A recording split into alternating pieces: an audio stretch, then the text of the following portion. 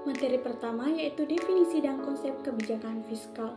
Kebijakan fiskal adalah kebijakan yang berkaitan dengan pengelolaan anggaran negara melalui instrumen penerimaan dan pengeluaran pemerintah. Tujuannya adalah untuk memengaruhi pertumbuhan ekonomi, distribusi pendapatan, dan stabilitas harga. Dalam Islam, kebijakan fiskal harus sesuai dengan prinsip syariah, berlandaskan keadilan, transparansi, dan tidak mengandung riba. Fokus utama kebijakan fiskal Islam adalah pemanfaatan sumber-sumber keuangan publik yang halal untuk mendukung kesejahteraan masyarakat serta mewujudkan tujuan maqasid syariah. Materi kedua yaitu kebijakan fiskal di masa Rasulullah. Pada masa Rasulullah, sistem fiskal bersifat sederhana, namun sangat efektif. Sumber pemasukan negara meliputi zakat faiz, jizyah, haraj, dan sedekah sukarela. Rasulullah tidak memberlakukan pajak tambahan kepada umat Islam, tetapi lebih menekankan pentingnya zakat sebagai instrumen utama redistribusi kekayaan. Pengeluaran negara diarahkan untuk kebutuhan umat, pembebasan budak, bantuan fakir miskin, dan pembiayaan jihad serta pertahanan negara.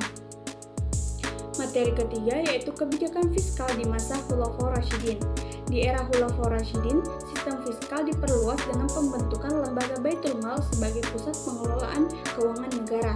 Khalifah Umar bin Khattab menetapkan sistem administratif fiskal yang lebih sistematis, termasuk pencatatan harta negara dan distribusi dana secara terstruktur kepada rakyat.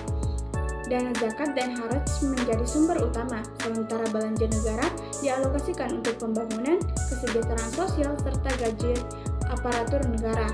Kebijakan fiskal tetap berorientasi pada keadilan dan kebermanfaatan bagi masyarakat luas. Yang keempat yaitu kebijakan fiskal dalam perekonomian Islam. Dalam perekonomian Islam, kebijakan fiskal bertujuan menciptakan keseimbangan antara kemakmuran individu dan kepentingan umum. Negara berperan aktif dalam mengatur sirkulasi kekayaan agar tidak terpusat pada kelompok tertentu saja. Sumber fiskal seperti zakat, ghanimah, kharaj, dan hasil aset negara dikelola oleh Baitul Mal. Pengeluaran negara difokuskan pada sektor-sektor yang mendukung keadilan sosial seperti pendidikan, kesehatan, infrastruktur, serta bantuan kepada mustahik. Materi kelima yaitu kebijakan fiskal dalam aliran ekonomi modern. Dalam ekonomi modern, kebijakan fiskal terbagi menjadi dua, yaitu ekspansif dan kontraktif. Aliran Keynes mendukung intervensi aktif pemerintah melalui belanja negara untuk mendorong permintaan agregat. Aliran klasik dan monetaris lebih mengutamakan peran pasar dan menekankan pengendalian defisit anggaran. Kebijakan fiskal modern juga mencakup pengenaan pajak progresif dan pengeluaran sosial. Meskipun sistem ini dapat meningkatkan pertumbuhan, namun dalam perspektif Islam tetap dikritisi karena mengabaikan prinsip keadilan distribusi dan tidak mengatur sumber pendapatan secara halal. Yang keenam yaitu formulasi kebijakan fiskal Islami di era modern. Di era modern, formulasi kebijakan fiskal Islam menuntut integrasi antara prinsip syariah dan kebutuhan ekonomi kontemporer.